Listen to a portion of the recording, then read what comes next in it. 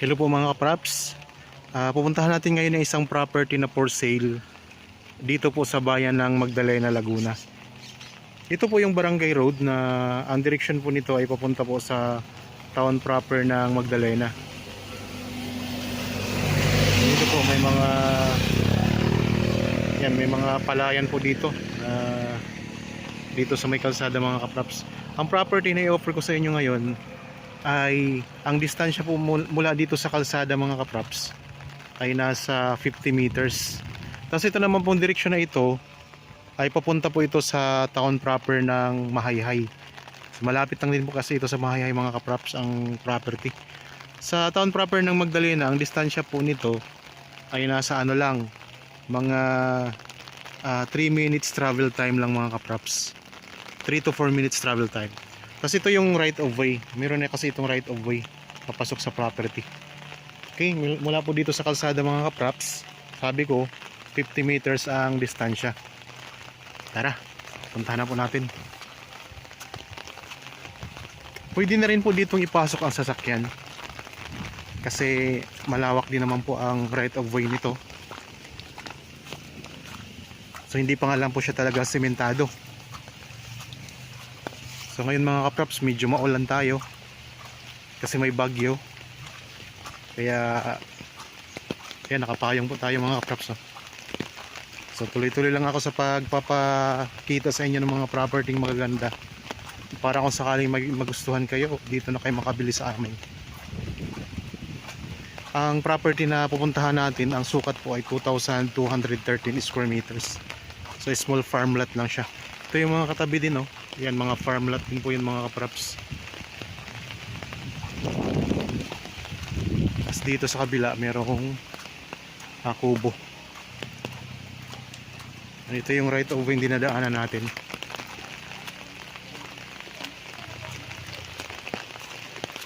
So ang presyo mga kapraps ay makikita nyo naman sa description box at sa title po nitong video.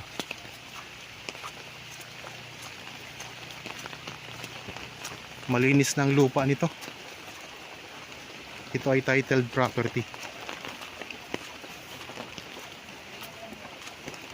Yan, ito na mga kapraps ang property, oh. Itong malinis na ito. Yan, ito na yung property.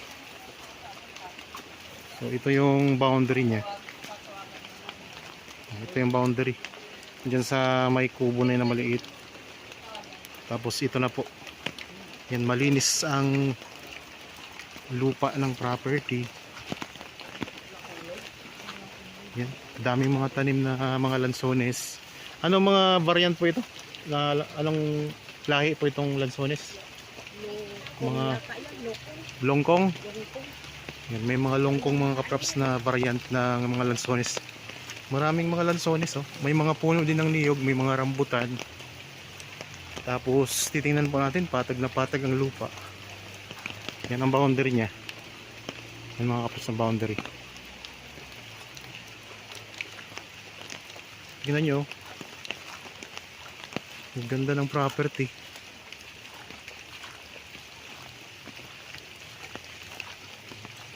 Basa po ang lupa ngayon kasi maulan.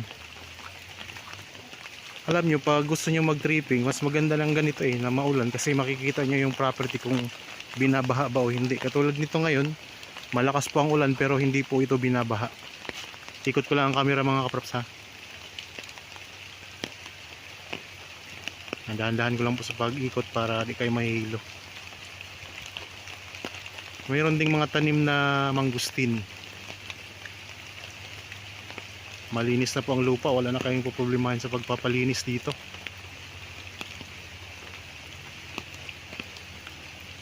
Puro lansones yung mga kapraps, ang dami. May mga niyog, mayroon ding mga rambutan.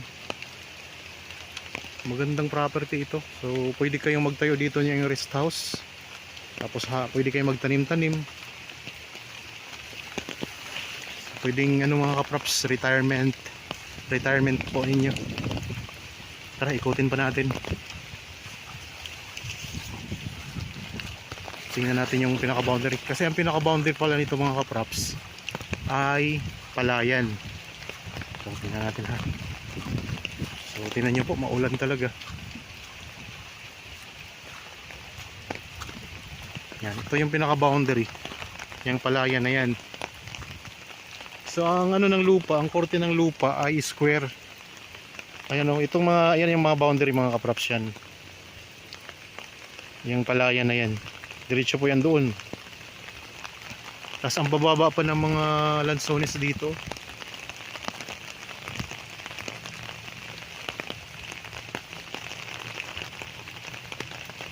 Tara, ikutin natin. Ito pala yung pinaka corner yan. Itong may puno ng niyog na to, yun yung pinaka corner ng property. Meron na pala ditong ano, linya ng kuryente. So may hose nga yung mga kaprops, may mga hose, may hose na siya. So may linya na ng kuryente, meron na ring mga source ng tubig. Ayan, ang tubo ng tubig mga kaprops. Yan, may tubo na ng tubig yan. Tapos ang lupa mga kaprops, naka-elevate siya mula sa palayan, kaya di po ito binabaha kasi naka-elevate siya sa palayan eh. Ayan o, so, elevated siya mga kaprops. Okay, ikutin natin. Nandito tayo ngayon sa pinakadulo ng property. Sa mga viewers po ngayon na meron ding property na gustong ibenta, pwede nyo po kaming pwede naming i-feature ang inyong property dito sa YouTube channel para mahanapan po natin ang buyer mga kaprops. So, ito may puno ng rambutan, tapos may mga saging din sa may bandang gilid. Marami din siyang puno ng rambutan mga kaprops, pero mas marami ang lansones. So di naman mahal naman po ang lansones kaysa mga rambutan mga kaprops. Yan, meron din kalamansi. Ito naman yung pinaka corner ng property. Yan, hanggang dyan sa puno ng niyog na yun. Yan mga kaprops, yun yung pinaka corner ng property. Yan, mababa lang po ang niyog, tapos may mga bunga na rin. Ito mga rambutan. So ipakita ko po yung mga tanim kasi kadalasan syempre ang mga buyer po mga kaprops, nakadepende po din yan sa mga tanim na nandito sa loob ng property, at yun din po ang binabasihan minsan ng mga mga seller natin ng kanilang presyo. So di nga naman kung kayo'y magtatanim pa lamang, so matagal pa po yung mapakinabangan. Samantalang ito mga kaprops, may pakinabang na kasi ayan na ang mga tanim ang dami. Tapos dito mayroon pa kayong durian. Yan, may puno ng durian mga kaprops. May nakita tayong isang puno ng durian. Ikutin pa natin, baka may makita pa tayong ibang tanim dito. Yung mga lansones, ang bababa pa mga kaprops. Ang bilis lang nitong anihin kung may mga bunga na to. Yan, basta itong mga hawan na to, ito yung pinaka sakop ng property. Palibot po, square ang korte. Ito may mga bulaklak na yan, may bulaklak na itong mga lansones mga kaprops. 2,213 square meters ang kabuang sukat nito. Yan, mayroon pala ditong din, santol. Ayan mga kaprops, may santol. Ito po, yung mga puno ng santol, may mga bunga na rin. Ayan, naglaglaga ng mga bunga, sayang. Masarap yan sa sinantulan mga kaprops. Yan, mayroon ding mga niyog na mabababa pa lang, yung mga kakatanim pa lang po. Yan, lumakas na ang ulan buti may dala tayong payong. Dito tayo ngayon sa may right side ng property mga kaprops. Nasa sulok na rin po tayo. Yun yung pinakasulok, yung may saging na yun. So yan, awan po yan. Wala na kayong problema sa pagpapalinis. Kaya kung interested po kayo, pwede kayong magpa-schedule sa amin ng actual viewing para makita nyo ng personal itong property. Alam nyo po, itong property na ito, isa to sa pinakamaganda kong nakita na property. Kasi napakaraming tanim Isa-isahin ko lang ang tanim mga kaprops Napakarami po nitong mga puno ng lansones. Maraming puno ng rambutan, mga niyog. May nakita tayong durian, mayroong mangustin, mayroong mga saging, may kalamansi, may puno ng santol. So marami siyang iba't ibang uri ng tanim. At meron na siyang sariling right of way. Kaya wala na kayong problema dito. Kung sakaling nagustuhan nyo ito mga kaprops, andyan lang po ang mga contact details sa inyong mga screen. Pwede nyo po kaming tawagan, i-text o kaya i-chat para mapuntahan natin to o ma-visit natin tong property at makita nyo po talaga siya ng actual. Nang sa ganun, kayo mismo makikita sa ganda ng property na ito.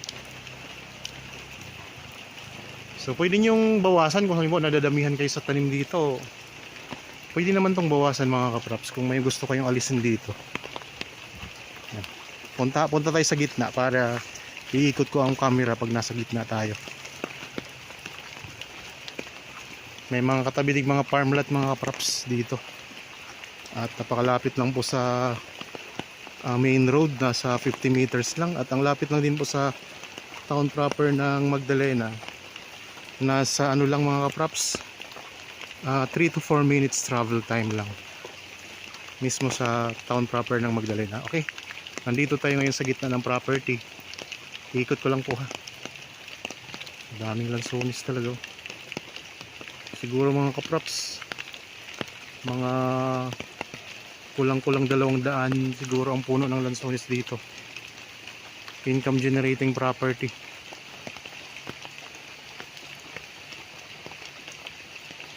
Patag na patag pa ang lupa at malinis na. Hindi nyo na kailangan linisin ito. Maintenance na lang mga kaprops.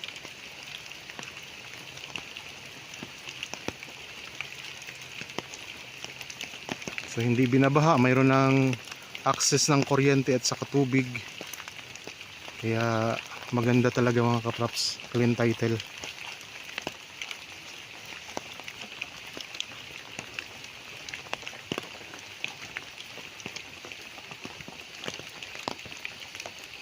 Ikot ko lang ulit.